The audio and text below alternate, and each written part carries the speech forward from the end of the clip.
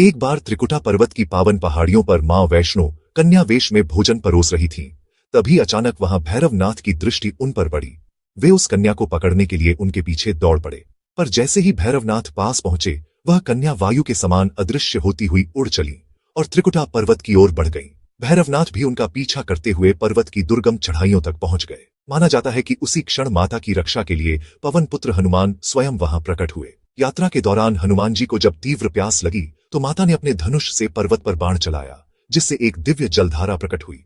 उसी पावन जल से माता ने अपने केश धोए और आज यह पवित्र जलधारा बाण गंगा के नाम से जानी जाती है। इसके बाद माता एक गुफा में प्रवेश कर गई और वहां 9 माह तक कठोर तपस्या करने लगी। इस पूरे समय हनुमान जी गुफा के द्वार पर अडिग प्रहरी बनकर खड़े रहे, लेकिन तभी भैरवनाथ वहां आ पहुंच गए। तब माता ने गुफा के दूसरी ओर से एक गुप्त मार्ग बनाया और वहां से निकल गईं।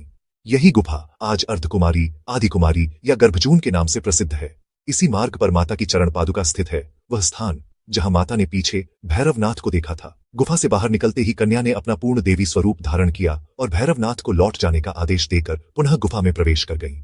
लेकिन भैरवनाथ फिर भी नहीं माने और गुफा में प्रवेश करने लगे। यह देखकर गुफा की रक्षा कर रहे हनुमान जी ने भैरवनाथ को युद्ध के लिए ललकारा।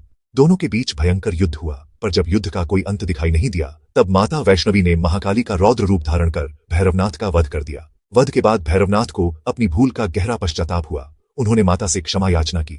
माता वैष्णो देवी जानती थीं कि भैरवनाथ का उद्देश्य अंततः मोक्ष की प्राप्ति था।